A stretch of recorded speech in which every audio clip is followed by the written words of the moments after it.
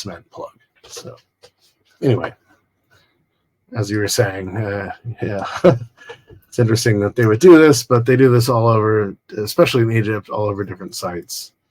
They just don't want to tell us what's going on. And yeah, they were a bunch of slaves that drank beer. That's a great excuse.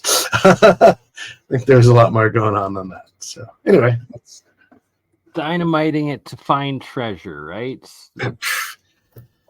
It is interesting, right? Like, I hadn't thought about that too much, but when you say something is a grave, then it's like to defile a grave. You know, people are like, why are the pyramids a grave site? Like, what's the reason that you say that? Like, well, now all of a sudden you're defiling a grave site, so you won't look into it more.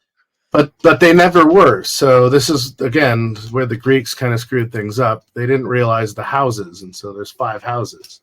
Mm-hmm. Per which is the house of the wise. This is a university. This is a school or a hospital. The Pers were always the houses. There's Per-Ka, the house of the body. So this is a tomb. Per-Ba, the house of the spirit. This is a temple. Per-Neter, the house of nature, the house of an energy of nature. This is the pyramid. The Greeks knew this. They called it pyramidos, right? The fire in the middle. It wasn't a tomb ever. The tomb is Per-Ka. And then there's Per-Ah, the high house of the woman, or the house of the woman. And this is where the Greeks took the name Pharaoh from. And so right. There's never ever been a male pharaoh in ancient Chem or Egypt, period, ever. I'll do a Longonian real quick and say Norse the woman. Friday, Freya, and Freya, yeah, same. Exactly. Make that connection. I don't know Wow. if that's fair. Some people might disagree, but I think I think it's so Scottish, Irish, where does this come from? So Scotia was Meritaten. This was Akhenaten's oldest daughter. And so when the Hanuti priests came in and persecuted his family for changing the Neters, or their gods, the natures, into Ra, the sun, or Aten, the sun, because there's 5 phases of the sun, they persecuted them, and he fled one direction, and she took all the druids north, and this is where Scotia comes from. So Freya, that makes a lot of sense. I've actually never thought of that before. Yeah, wow. I also wonder about, so how do you feel about like alternate direction? Like, so we've been recently dealing with this the inversion theory that like things are into Africa, into the lower hemispheres from the North Pole, right? Do you have any thoughts on that theory? Like that it's so the only example I have of that is the Rama invasion into ancient Egypt or ancient India. So the Rama came from the north, and they invaded ancient India, and they were all this Dravidian class of people. This could have been the Denisovians. I mean, there's a lot of, but where did they come from?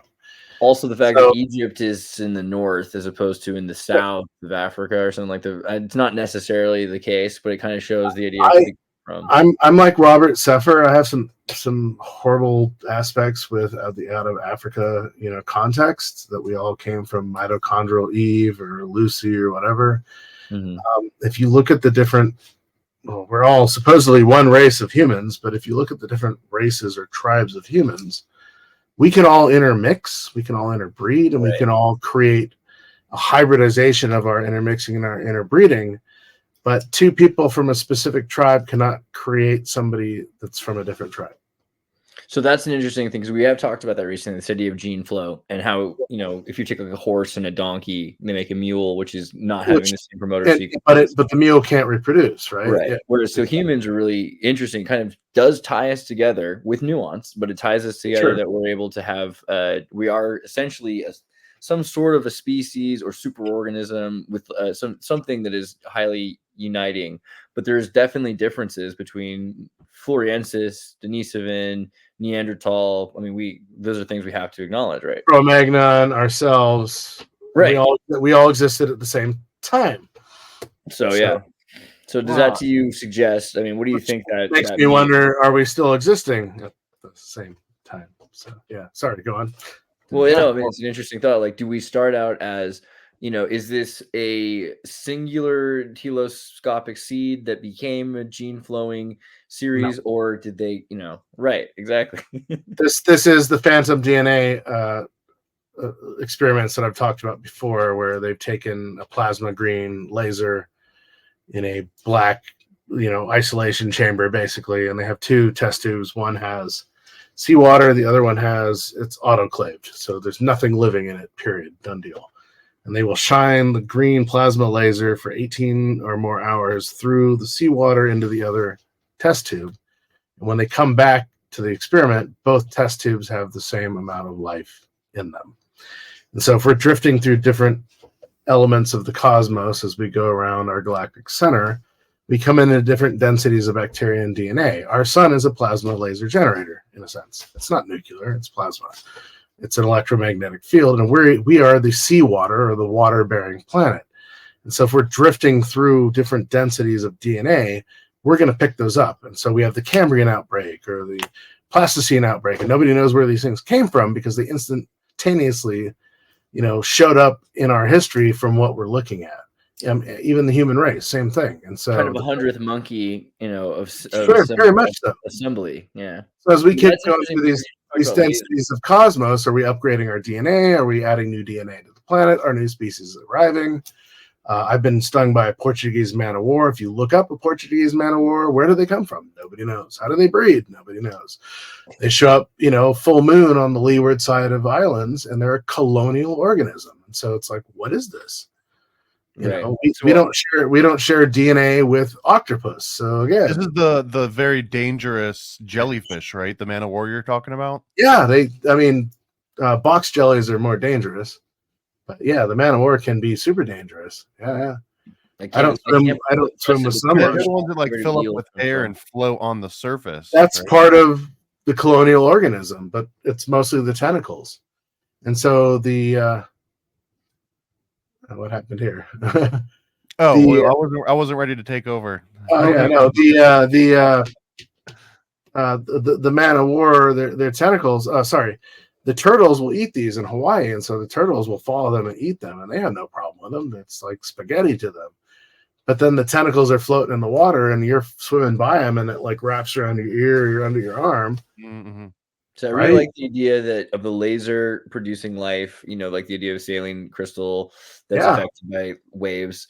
And so you're using stars like Dyson spheres to populate the Earth with. I never thought of using a Dyson sphere like that. That's interesting because I feel like Li-Fi is the way to go, like directional, like unidirectional light wave to the saline crystal.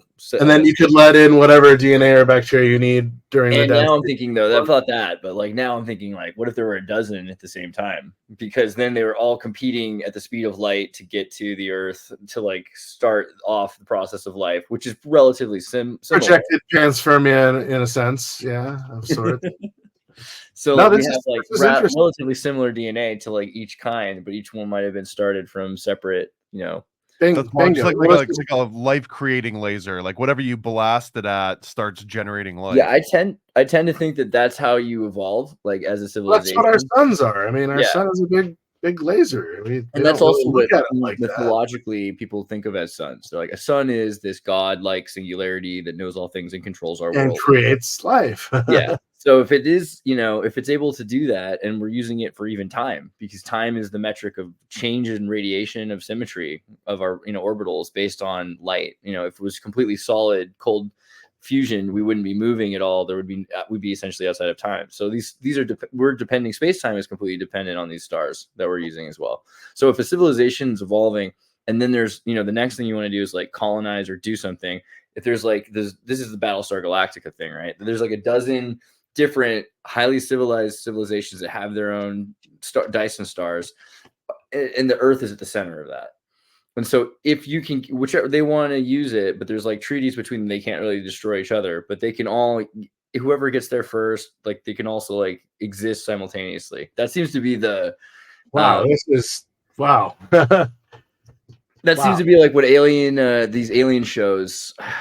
They all kind of go down this trajectory. Yeah, you're right. No, that's an interesting step away to look back at it. Wow. Okay. All right. Because even the Egyptian idea of multiple gods, the idea that there's different maybe tribes of humans that are Eden and Adamu, or different, projects that are simultaneous would be interesting, because then we wouldn't. The idea that we all have the same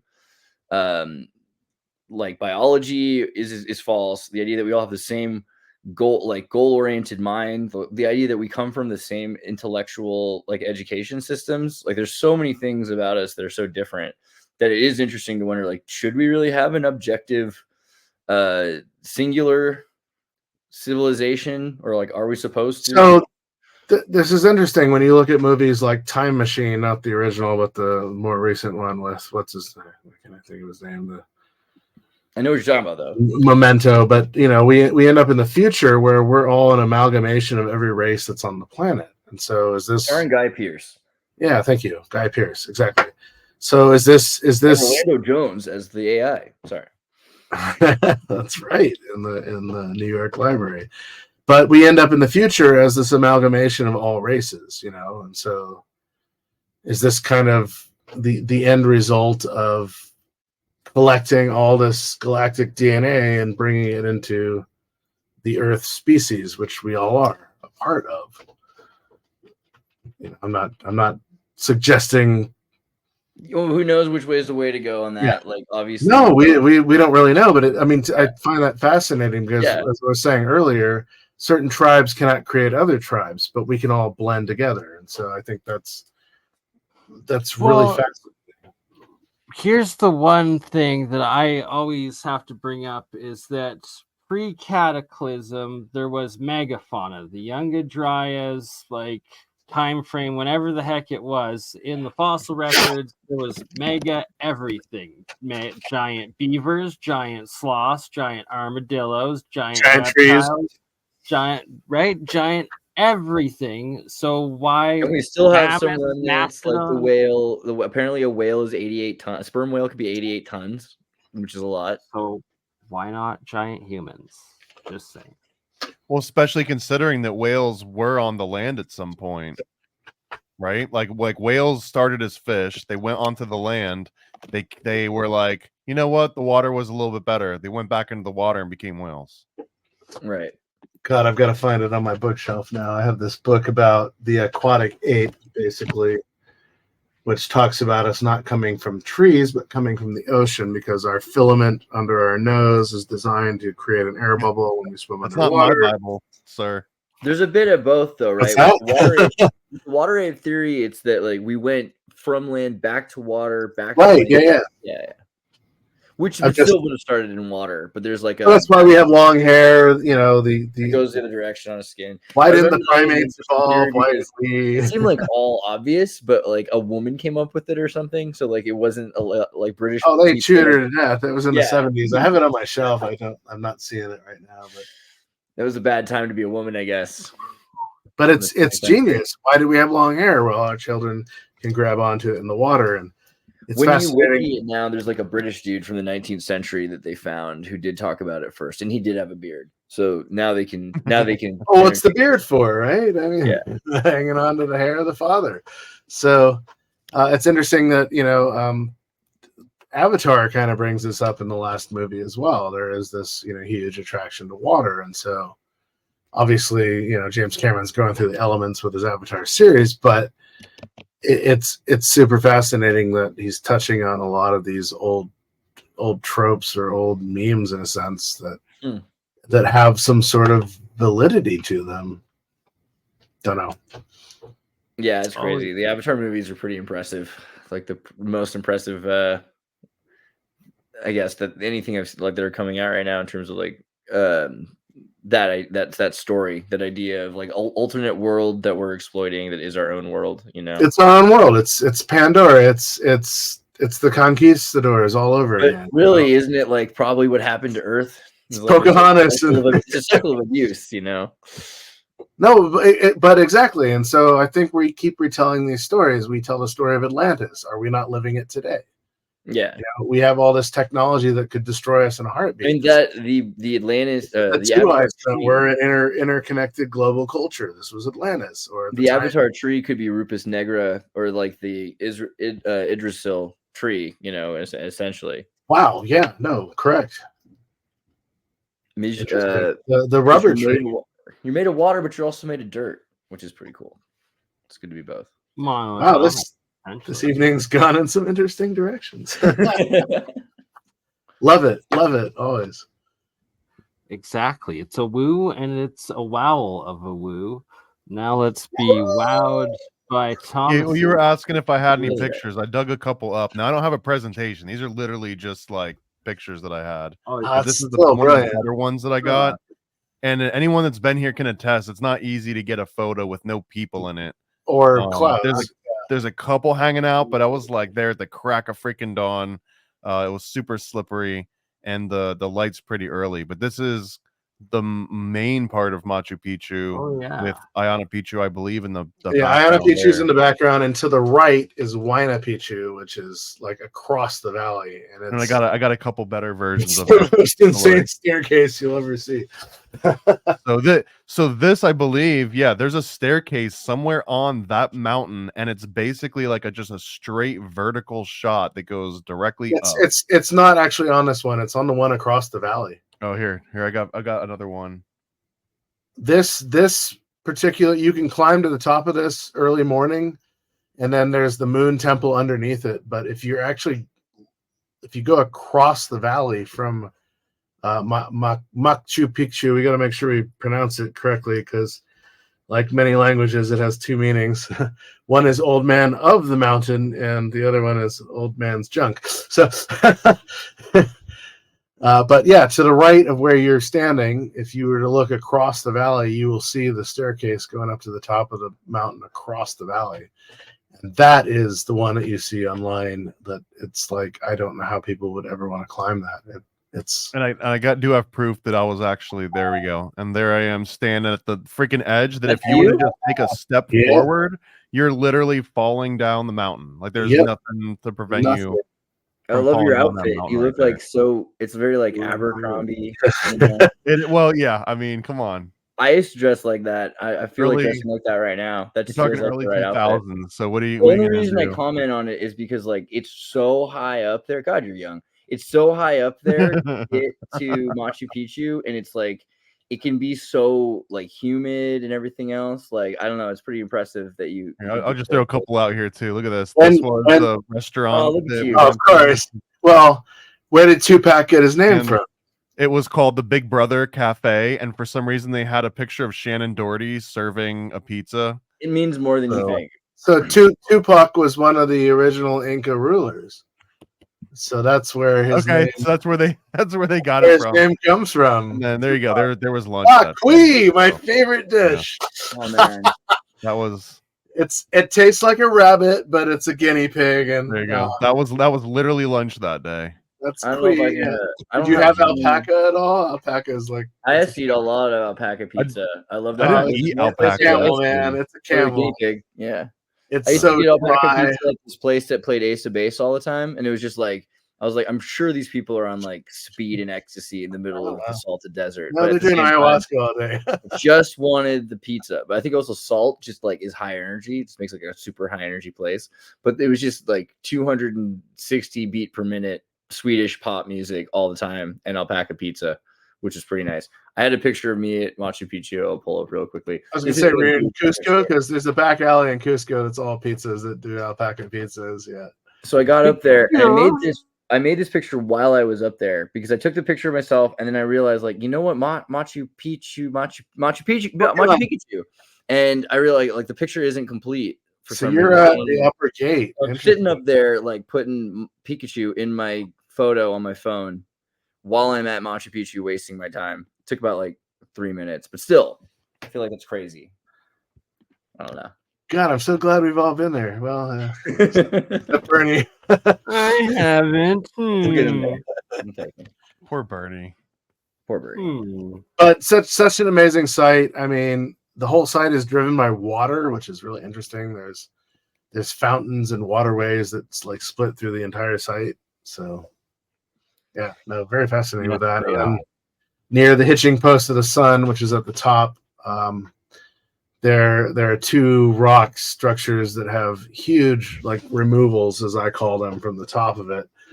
And I had to climb up onto another structure to take photos of it. But yeah, there's all these. That Machu Picchu was before Pokemon Go, and so I do feel like I should sue, but I never did. So you got the metadata timestamp to prove it. They're I got following something me, else they that I can know. show from Like, that that trip. guy's got ideas that we can When exploit. when were you both there? Sorry, out of curiosity. Last time I was there was 2016. For first time I was there was 2012. Okay, you've been twice. Oh wow, all right. Yeah. I went once in 07, and this was something that I saw in Cusco Yeah. that was wild, bro. I was there. I was like, this is some Illuminati AF, kind of like Denver Airport. right? Dude, that's exactly what I thought. I was like, this is the This is in Peruvian Denver Cusco. Airport. Like, this is so freaking occult, This man. is in Cusco? Are you This serious? is in Cusco. Yeah, this is I got a few 2007. Yeah, that's not there anymore. But there's another section of There's it still some right pretty here. wild pieces up there, though. when I was there, they were digging up old structure. They were trying to fix the internet lines and some of the sewage lines, and they dug down about 5 feet under the floorboards, I would call them, of Cusco, and they discovered stairways going down and all these other tunnel systems underneath the Coricancha. And so, yeah, This was wild. I couldn't believe what I was seeing when I saw it. This is like one of the big ones that was there. When we were there, they were doing a cross country supercar race. It went from Cusco to Paracas, but it started in Cusco, so they're all going around the main square there next to that massive church that was sadly made out of all the megalithic blocks that were in Cusco. But anyway, Remember when I went to Bolivia, we took a four-wheeler across the desert, and there was this old train, because the salt flats are, first off, just these like amazing hexagonal salt plains that go out in every direction for miles, and you're just like, everywhere you look is salt. But still doesn't follow Shaman John. Do I not? Let me see. I'm sorry. Like, I don't. I'll do it right now, Shaman. Look at this results. Like, live chat gets results. Hey, I am following John Rasmussen. Is that who you're talking about? I think I am. I don't know. Send me the link if I'm wrong. I think if it's John Rasmussen, then I am following him. Is it this guy? Hold on. Randomly enough. That doesn't mean I've seen all of his videos. I don't have enough time to watch all the videos I need to watch. I apologize. None of us do. You just got to put it on like 4 times speed and hope to God that you. Like, that's what I do with books, you know. Because like what I've been doing is I use Audible, and then like the other thing is if you look at my like YouTube subscriptions, it's just all it is devlogs. It's just like video devlogs now, because I started watching like video game programming and stuff, and like once YouTube thinks you like something, then it only shows you that. They feed you all of that. Yep, yeah. exactly. So like I don't really mind, because like I can loop the same song for 36 hours, so I'll just be watching like devlog, and then now it's like, okay, well then we got him, like we'll just keep doing it. So it's hard. I have to like, it's hard to like go through my subscriptions and find out like what I'm actually subscribed to. I probably need like a new YouTube account that's not my own YouTube account. It's brutal. I feel you know what we're trying to talk about before we brought up John Rasmussen? Forget. Machu Picchu? Oh yeah, so the salt flats. Anyway, there's this amazing salt flats in every direction, and you get to this train in the middle of the desert.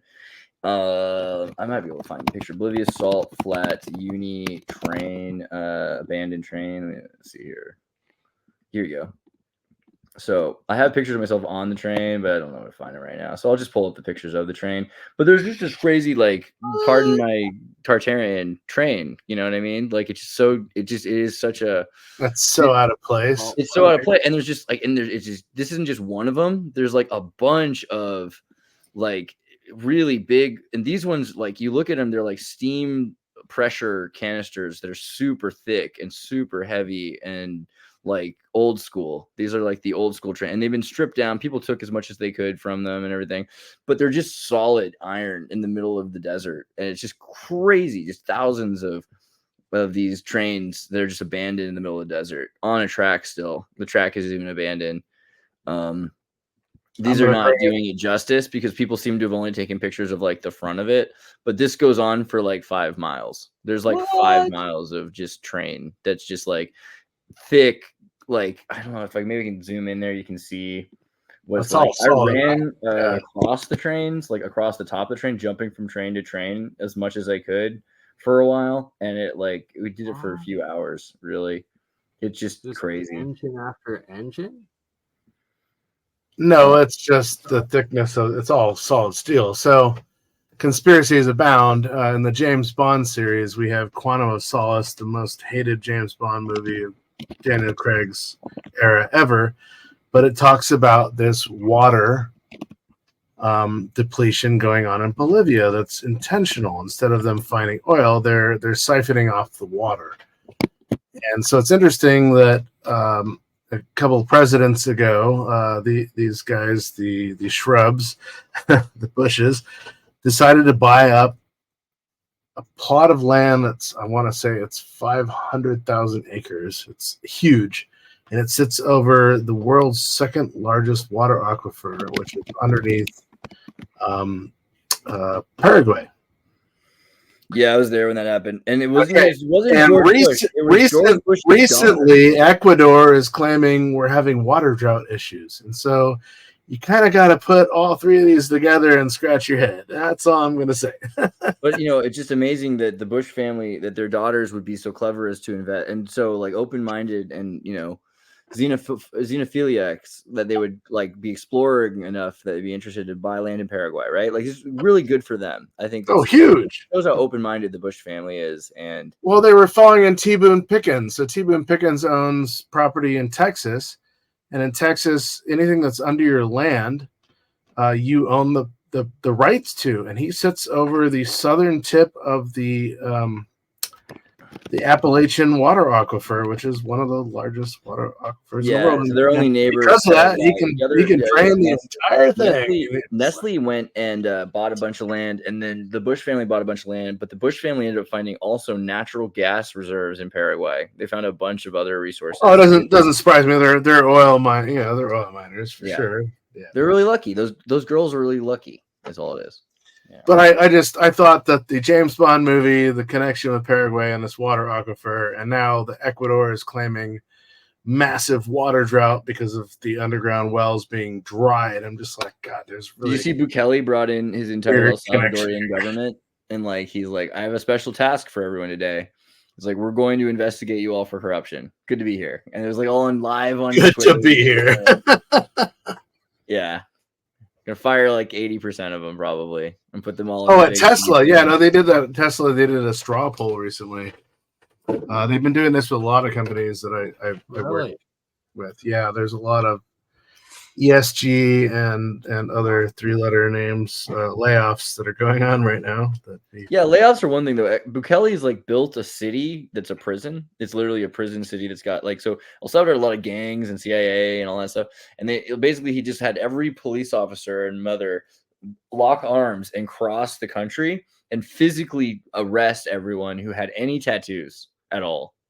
And if so, they had any tattoos, and they'd like search them, and they're like, "Oh, you've got like numbers on you. Are you connected?" And like, so they arrested anybody who was ever associated with gangs at all, which is like 30 to 60,000 people, and they put them into a new prison city. You can look it up if you look the El Salvador. I would love to look that up. Let me pull up a video of it really quickly. El Salvador new prison. I've been meaning to do kind of reaction. So many are. Anyway. Well, in Japan, I hate to say it, in Japan, they don't allow people with tattoos into certain areas if you have tattoos that are exposed. So yeah. So this is what it's like. So what they they put this video out to kind of like promote their prison. Hey, it's Squid Games. What do you know? Now the crime in El Salvador literally is gone from one of the most dangerous countries in the world at the time before Bukele to being the safest country in South America with nearly zero crime. It's like Japanese levels, and it's happened overnight. They're all gone, and now he's going after government because there are, of course, these guys are the lowmen, right? So like this is very serving of the people. Tattoos and jail tattoos galore. This is well, not everybody who has tattoos is like bad, and so I think of course the goal is that they're going to eventually be able to process some people back into society and like remove tattoos. But yeah, for the most part, this is crazy because 60,000 people in one place, all of your crime in one place, like a dump. It's crazy. It's wild. Just a little bit of profiling, hey, but the country said it will continue until all criminals are captured. And what defines a criminal? Tattoos? Oh, that's well, the tattoos in El Salvador, the tattoos are associated specifically with gangs, and if you got skulls and a bunch of like MS-13, Yeah, of tattooed course. on No, you, I get that. No, of course. yeah. But if you got like a daisy and you're like a tourist girl, no, I don't think that's how that works. where I live, it's all sharps and flats, and so A they've big got thing that's interesting birds on about their this necks and is that things. Yeah. I was in Peru, you were in Peru. We know that the Fujimura, Yes. governmental Oh my God, control yes. of Peru, like the Yakuza is very powerful in South America. So the idea of tattoos being associated with their gangs and that the Yakuza is associated with American CIA at this point after World War II, because one of the things people don't talk about that much with the internment camps is that when they like interned all the Japanese Americans, it wasn't just like Americans from the United States. Like they in the night went down to Peru, Brazil, particularly they grabbed everybody. Yeah. Oh yeah. and like, so you'd imagine you're a Japanese kid from Peru, right? And you wake up in like Alabama because they beat and drugged you and they took you on a boat, and now you're in Alabama and you're surrounded by like Californian. We used to be way more thorough, that's for sure. Where do I live? I live in Portland, man. We're the Shanghai capital of America. Dude. Well, that's that. I don't know if we talked about that before, did we? Like, but my dad always told me There's so many tunnels under careful. Portland that are just, it's You like, gotta be really careful in Santa Cruz, Portland, because I lived in the Santa Cruz, similar situation. Like, don't be 14 or older wandering around, like, because you could get kidnapped in Shanghai. there's a lot of MIAs as of recent, which is very interesting. You know what that means, right, Bernie? We're talking about like I heard someone say China the other day, referring to Canada, and I had never heard of that before. That's Vancouver. That's only Vancouver. Referred to as only Vancouver. Don't confuse the rest of the country. That's Ontario has 200-year leases. There are some places where the Chinese government is spread, man. It's pretty interesting. Oh, same. Shanghai, Washington, Oregon, Northern Shanghai isn't the Chinese fault. It's like pirates would come to the West Coast and then they would need able-bodied crewmen and they'd kidnap a kid. And then when he wakes up, he's out to sea. And like, you're gonna go to Shanghai, you're gonna go to Macau, you're gonna go do a triangle trade thing. And by the time you get back home, it's like 3 years, 9 years later. And usually they've kind of like Stockholm syndromed you into being a pirate. And that sounds like something from like a Robinson Crusoe book or something from the 1800s. The Princess Bride. Even the Dread Pirate Roberts would Stockholm his victims and then convert them into the Dread Pirate Roberts. Well, I mean, to be fair, like it's that or like living in Portland. No, I'm just kidding. Brother, I've been into the tunnels, and let me tell you, wow. It gets dangerous though. Like I think when we're like, especially now with homeless, man, there's need to be Shanghaied. Like obviously, every world is pretty messed up. So like I don't know if it's that much worse than like No, it's the same everywhere, but Portland's notorious. Seattle as well notorious for it. So yeah. Wow. But I just mean like I don't know. Maybe being Shanghai would be awesome. So many. I've been to the bar. It's a great drink. Anyway. South Americans coming up, right? If your country's cracking down and you're about to get thrown into a prison city, or you could get a free map to get to the American border to then get a free bus ride to a sanctuary city, why wouldn't you, right?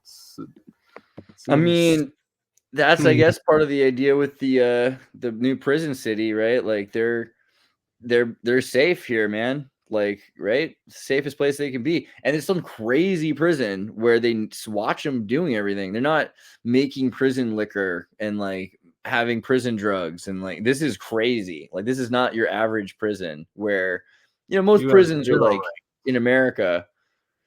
They're pretty much just like they're like Turkish prisons. Like they're places where you get tortured to an extent, right? Like this is different. This is like a clinical. Like we have everyone in a box and they can't harm each other or themselves. Like this is crazy. Like the level of efficiency. There's no panopticon effect. It's all controlled. Yeah. Very Guantanamo Bay-esque ish. This is 1984. But the other thing is like look at like this is about Kelly. He started out as a teacher. Declared a war on gangs. God bless fascism. Thank you. Bad looking thing. Yeah, 62 people in a single day following the incident's country. Dude, thank you for sharing this. This is huge. You have no idea. Yeah. Yeah, And it's wild. The world has no idea that this is More not than just 64,000 localized. suspected gang members have been This is arrested. not just localized there. This is everywhere in a sense, but different. What's the different per level. night rate for this hotel again? What's the crime rate for where? What's the per night rate for this hotel? Oh, right. Yeah, that's a good call. $35 plus. Yeah. I mean, probably something like what's the population of El Salvador? Salv Pop is So my English teacher, she was a bodybuilder with her husband. They became my basketball coach in Nepal in the late or mid 90s. They were stuck in a closet under gunpoint in El Salvador during the revolution. Mhm. And one of my good friends here in Portland was also part of the school in El Salvador. And so I don't know anything about it, but it's like it's so interesting to see this. This is still what's going on there. And it's just like, oh my God. Wow. Yeah, it's crazy. I mean, especially when you think about just like Operation Condor, all the things that we did, like Iran Contra, and the efforts that we did to get soldiers from El Salvador trained, which led to the MS-13, which was an LA gang created by the CIA and the Los Angeles. Oh, of course, they needed infiltrators. Yep. Drug mules and infiltrators. Yeah. So I think that's the reason they're also thinking like they can probably like root it out, but so much of it, the gangs were just a tool. So whoever's saying the gangs were just a tool, El Salvador investigation. So again, the president Bukele orders investigation against his entire cabinet. Yes. So sorry, brother, you just seem slimy to me. I don't know you, but you just seem slimy. Super ballsy stuff because he's gone from being this like, hey, I'm just a teacher, I'm a little weak vegetarian looking guy, to like, I'm this meat eating philosopher king who will arrest. I'm Dracula. I am Vlad. So, not trying to go down the conspiracy level, was he part of the WEF youth, the Davos youth? Yeah, the WEF youth. I mean, I always just assume Trudeau was, Macron was. I'm curious. He's the same age, it looks like it, as all these other leaders. So I would not be surprised. I mean, but he was a teacher, so WF. No, but that's why he would be corrupted for sure, big time. I'm just curious because he seems like the same age category as all these other. American Bank of Economic. His banking ties, does he? Life. Father was a businessman and industrial chemist. Muslim religious leader. His father's a Muslim religious leader. Really? Yeah. Interesting. From the Ottoman Palestinian immigrant. So his parents were Palestinian Christians from Bethlehem in the Ottoman Palestinian Empire. Interesting. So he became a Muslim after getting to that's actually beyond interesting, dude. That's huge. Right? Don't need to go there, but for those who know, they know. So yeah. Bukele founded 4 mosques during his lifetime. The first mosque in El Salvador in 1992. He served as imam of the Salvadoran Islamic community and was part of the Islamic Organization for Latin America and the Caribbean. He's a founding member of the Council of Religions for Peace of El Salvador. I mean, it's something. Whew. So now that we know all the problems, what are the solutions? Let's talk solutions, because wow, this is definitely not even wormholes that come back up to the surface. So now that we're at the surface, how do we solve all these things, or do we? We are the seeds. Being on these podcasts, we are definitely the seeds of this change, and we are all each other's missing puzzle pieces at some level or another. So it's like, how do we bridge that gap with the rest of the Matrix and wake people up, right? Yeah. Comic books. Oh, thank you. Like my new series. Oh, seriously, thank you.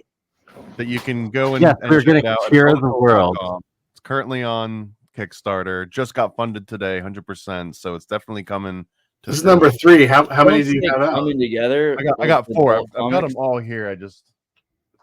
I wasn't prepared, but I've got here's the second one.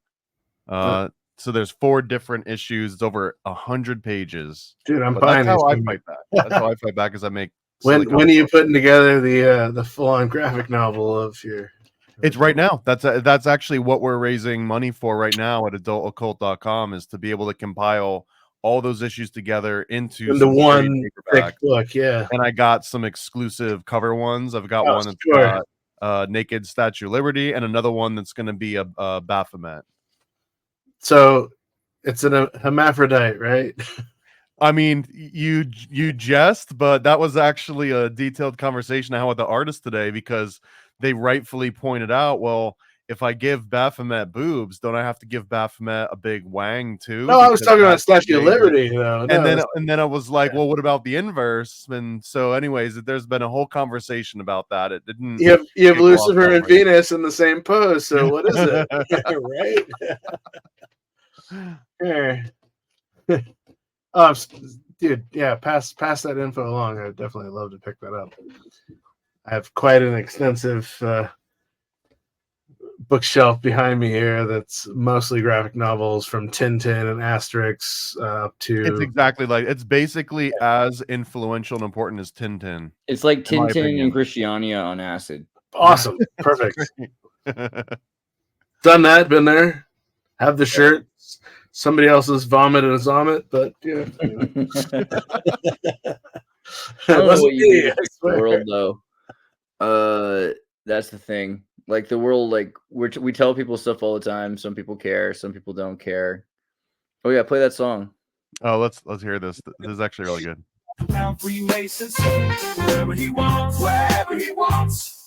Yeah, a boy paranoid, and I tell you where he sits, wherever he wants. We were diving deep into the backside of the Lord with my boy, Nate the Great and paranoid. Wait, play the second version. But then King got the longo with his sharp tongue and wit. The second version is better. Sorry, I sent 2. Wherever he wants, wherever he wants. Yeah, my boy paranoid American. He's legit. Wherever he wants, wherever he wants. Wherever he wants. Yo, X heard us in the mix, got a story to unfold. About a podcast gone wild with tales to be told. We were diving deep into the box like a lore with my boy paranoid American, ready to explore. Started dissing my friend, didn't give a bit. Called him out for his side, said he's a Freemason too. But paranoid American, he's as real as they come. It's true, wherever he goes. Yeah, my boy paranoid American, ready to explore. But then came Dr. Longo, with his sharp tongue and wit, started dissing my friend. Didn't give a bit, called him out for his side, said he's a Freemason too. But paranoid American, he's as real as they come. It's true, but paranoid wears his crown in the world of the box saga. He's a king with his knowledge and passion. He spreads his wings. Dr. Longo thought he had the upper hand, but we stood tall. Ain't no need to pretend. We're here for the truth, not for petty fights. Paranoid American shining his light. Where does a 32,000-pound Freemason sit? Wherever he wants. Wherever he wants. Boy, paranoid American. He's legit. Wherever he wants. Wherever he wants. That's got a good melody. Wherever he wants. Thank you.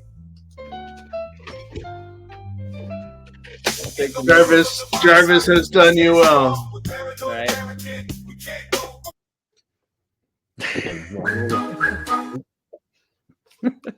Jarvis has done you well. Well, I do think that's interesting, actually. The Bukele thing. I didn't know that much about his father. You always look into people in America, in the Americas. Oh, can we look at the El Salvadorian seal for a second? Because it's super cool. Where's that at? El Salvador. Well, somebody brought that up earlier in the chat. It was either the Peruvian flag or the El Salvadorian flag. Yeah. Yeah, it's based because it's got the Illuminati eye, but in the Illuminati eye is the Phrygian cap, which is what?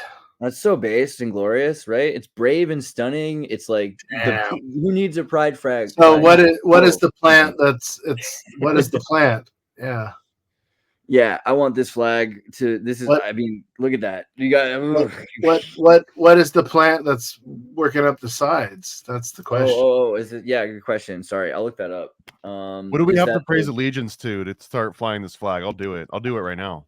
seal? Let me I love see. the rainbow because that's coat of the arms- that's yeah, the Milky Way that's what I'm and saying. It's like the it's daytime. everything. It's That's all Newt and Moot right there from the ancient Commission and Egyptian timelines. Newt was the daytime sky and Moot was the nighttime sky, and they both created the rainbow, wreath, which Laurus is Milky Nobilis. Way. Yeah, It's supposed to be a laurel wreath, but I never with the cobalt blue strip ribbon. What's the red? Why the berries? That's the curiosity. Yeah, because it just seems more like The fruits of future, that would make sense. Yeah. Do laurels have berry? Yeah, laurels have berry. It tracks. No, but it's like the fruits of future because they're ripe, right? The laurel berries. Ooh, I want to start saying that. Some laurel berries. Okay. Dude, and look at this version of it. Like, it only gets better, like, as time goes on. Look at this. Like, they're just like, you know what? We need more. We need some more color. We didn't know we had Gotta those have the colors. rainbow. So El Salvador is 5 islands. 5 pyramidal islands by the looks of it. Interesting. They should do a collabo with Lisa Frank because I want to see that version of this. Lisa Frank. They're like they're almost on the way there, but they could use just that little extra touch. Yeah, it's not an island really. It's a coastal area here, right? So you've got maybe 5 zones. They're saying 5 mountains. It might be the mountains. Yeah. I'm curious what the 5. Yeah, because it's showing them. Well, hello. Why did you make me go to the World Economic Forum page? Because this is what we get. Meet the class of young global leaders. Well, she's definitely a young global leader right there. Okay. Yeah. Wait, we were gonna try to find out. Well, no, I was trying to figure out if the leader of El Salvador, because he is of Jordanian or Muslim faith at some point. Yeah, what, but like what his connection is to Davos. Yeah. So there are Christian Palestinians who converted to Islam in El Salvador, started the mosque there, and so that ties into the CIA more than anything. But he's spoken at the United Nations, so he was a United Nations speaker early on. I don't know. I haven't found anything that like really proves he's World Economic Forum the second, but we invite anyone in our audience who has found any evidence of El Salvador. That was the huge curiosity because he's the right age group for Macron and Trudeau and all these young global leaders as they call them, and so the curiosity is, was he part of this? And it seems like he would have been, but we don't know. So unless somebody can point us out or call us out, awesome. Let's do a quick chat GPT. Doesn't mean that they know, but yes. Yes, he was. And yes. You need to go find yourself in a hole. Wait, what? This conversation was helpful. Thank you very much. Yes, Nayib was the president. President of El Salvador was indeed a member of the World Economic Forum's community of young global leaders. Yep, bingo. Individuals under the age of 40 who are recognized for the pro-. Yeah, shit, called that. Anyway, I knew it. Well, could it have been any other way? You know? They're the ones who cryptocurrency. Their whole country is on crypto now. They got rid of it. They're not using the dollar. They used to use the dollar as their economy for a while, and then they're like, yeah, let's just stop having inflation and switch to the crypto. Well, so what was it? Bretton Woods established the dollar as the global currency, and everybody's bailing on it now because we're just the rubles made it gold, bro. Yeah. That was why they got rid of Kennedy, because he wanted to go back to the gold standard after Bretton Woods. So, he was definitely soft on silver. Yeah, he was doing that already. Silver and gold, yep, exactly. Same with Gaddafi wanting to establish the gold dinar before they took him out. I had a really interesting video today with our friend Martin, who's in Germany, and he did a presentation on flags. And I've seen some pretty horrible videos on flags done by Canadians, no less. So you guys have to do something about that. You know, JJ McCullough or whatever. You know what I'm talking about? Never heard of him. Good for you. You know what? Good for you. I'm proud of you that you don't know who JJ is. JJ's like the most famous Canadian. At least he wants to be. You know, his like whole idea. Wait, Like, hi, I'm Canadian. I use the word a boot, even though there's no plausible explanation for how I would have ever used the word a boot to say about. There's no way. He's lying. Like he's pretending. He's his pretense of do you Canadian. not understand American colloquialism and culturalism and I don't want to be a jerk about it because I like to say a boot, even It's though I'm not honestly a Canadian. synthetic accent to begin with. Like it was lab engineered to sound like a foreign accent without actually having roots in a foreign accent. God, look at how Canadian he can be, right? This is a nice, kind of. nice stash, man. He's got the There's a got part of the me that weird loves it. stash. I would never want to meet him I anywhere fully outside of admit a that there's a bar. part of me that's pro JJ McCall. I'm just trying to. I'm giving him a little bit of credit. The point is, he made these horrible videos that were just like, there's no point to flags. Flags are just kind of these silly things that come up, and they're not really like, people are, we had to throw a flag together, which is just, there's no way that that's plausible. Like, there's no way. Oh, you cross paths with him in reels a lot? Well, you can tell him because he knows me. He'll probably be. I don't know. Don't freak him out. But Don't freak him out. there's no way he's super into like this video that we're talking about right now, because this video is one of those mind maps of like, these things make schizophrenics and autists feel happy. So on the upper right, I grew up in Nepal, and so the Nepalese flag is interesting because it's the mountains, it's the sun and the moon, and these are all super symbologies. Right. So And it's the only flag that is like this. It's really weird. This is, and so there's a few things here, like, these really Bhutan, the cloud dragon, the Druk, the cloud really dragon. special flag. Look at yellow dragon, Tartary. There's a lot of But the Druk of the cloud dragon and the Bhutan flag, it's a cloud dragon, and so this is also interesting metaphor of symbology. $200 a day for visa per person to go to Bhutan. It's the most expensive country in the world to visit by visa. That's so much less than it used to be. Yeah, right. Oh my God. Think about it used to be 300 to 600 a day. You only get 10 days on a visa. Yeah, before you pay for the room. That's not including your hotel room, board, any of that, or transportation. That's just your visa. Right, and they don't have to give it to you. So this map, invite only. Yeah, correct. Yeah. This map, I don't know if I could find the exact spot of it, but the gist of it is that some of these flags start out with solid colors, and if you go to the very top, you've got like a solid red flag, a solid green flag, a solid white flag. Tartary had a solid yellow flag. And as you go down, you have these breakups. So a black stripe means a client state, means that you're under, like, you're paying another state essentially. So you see like the white Prussian flag. This is like symbology research 101. This is awesome, dude. Yeah, I would recommend. I'm gonna not do it justice, so I recommend just watching the video on the channel, watching the flag. Oh yeah, send me a link in the private. Yeah, for sure. Yeah. But it's interesting. I brought it up because of the Gaddafi part, because Gaddafi made his flag a solid green flag. That was the Gaddafi Libya flag. And then when he left, this is what we get now, right? Is the black stripe, which crescent moon. And who owns that black stripe? Who's getting money out of that? The crescent moon. And it's the crescent moon in darkness. So right. But so then you look at the Arab flag, black. There was like a fully black flag originally in the 18th to 19th century. Then they went to a full black flag with a white prayer on it, and now the new Taliban flag. That's ISIS and Taliban. Oh, the new ISIS flag is a white flag with a solid white flag with supreme power, with submission to surrender to Islam, to the prayer, right? To Allah Akbar. Yes, the whole night. Yeah, surrendering. So they went from solid black to reverse. So right, and because they're Taliban's under the protection of the United Nations, essentially, like they're always the United Nations always like, we'll hear them out, right? And you're like, wait, what happened with that? But then you got the solid communist flag, the idea of this like super powerful Russia, and Russia went from being the red flag to well, that was the Soviet Union, yeah.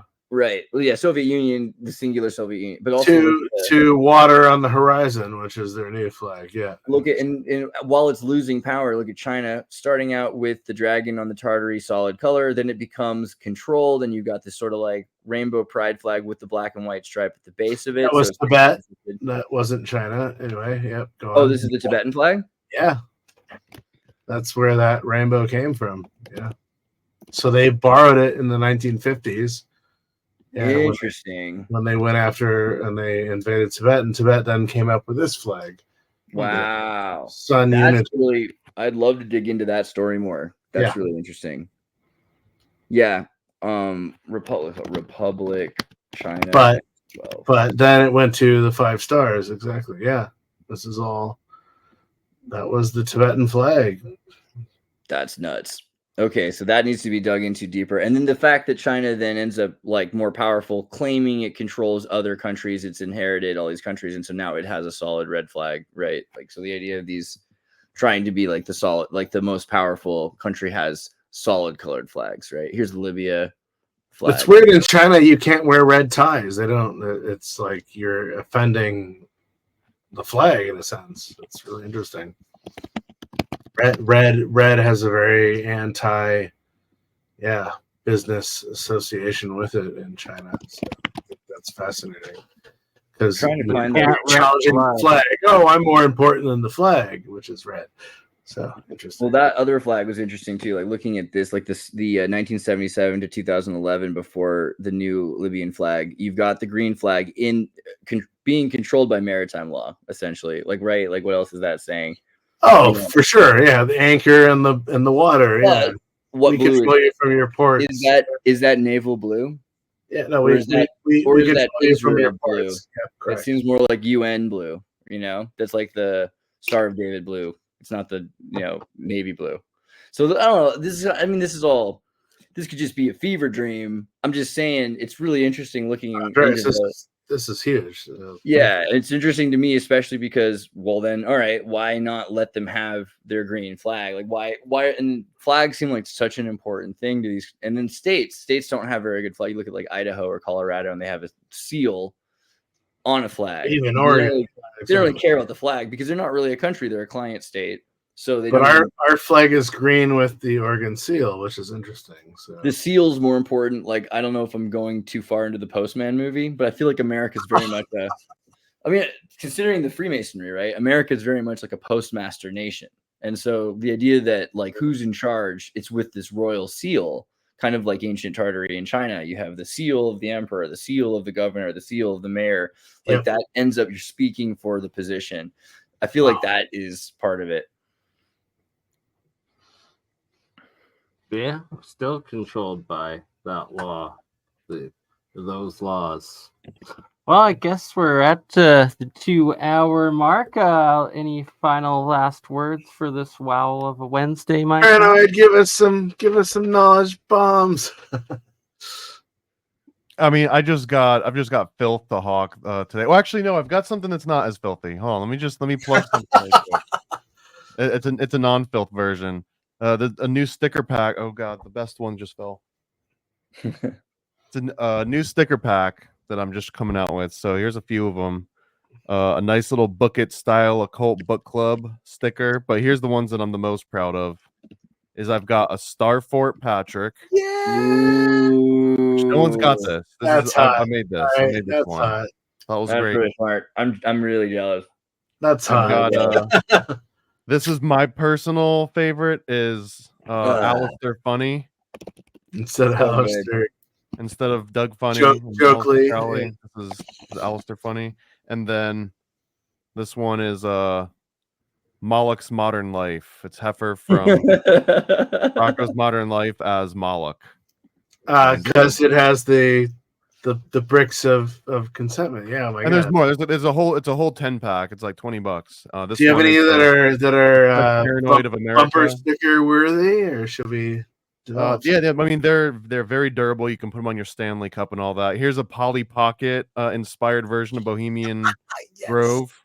I also got a Polly Pocket Freemasonic initiation ritual, the one that Bernie didn't get all the way through. So this is look, kids, it's as above and below. So That's this is actually that's brilliant. Illuminati.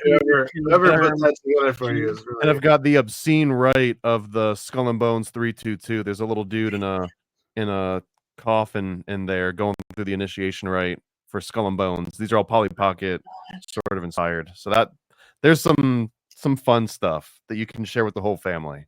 Oh my god, that is amazing. I need to buy your packet. Pull this video up for a second. Yeah. This is how I feel right now. What do you think of my card? Oh, that's a good card. It's a really nice card. All right, I feel better now. Okay. The other thing I was gonna say is everyone should probably watch Brigsby Bear. I know, like, I'm sorry I was late because I helped my mom watch this movie, but like, my God, everyone needs to see Brigsby Bear. Pull this up for just a second.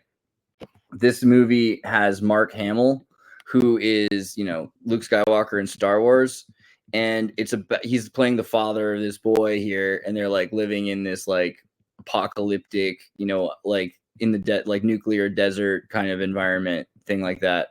And the whole thing. What is this called? Sorry, it's called Brigsby Bear.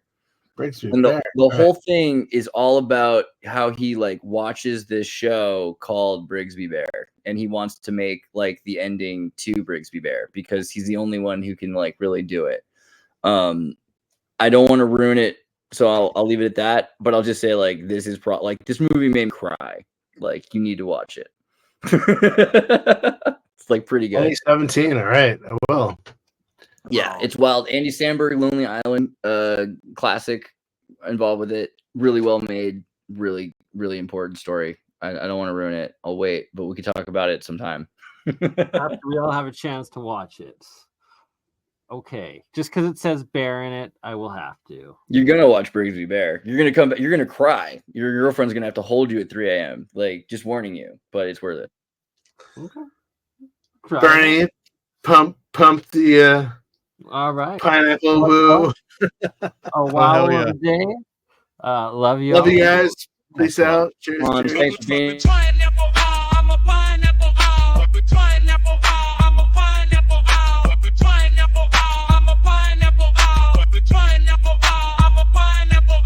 I'm sweet. I got a beat. Just look at me. What do you see? Pineapple owl, I'm a pineapple owl. Pineapple owl, I'm a pineapple owl. Pineapple owl, I'm a pineapple owl. Pineapple owl, I'm a pineapple owl. I'm sweet. I got a beat. Just look at me. What do you see? Pineapple owl, I'm a pineapple owl. Pineapple owl, I'm a pineapple owl. Pineapple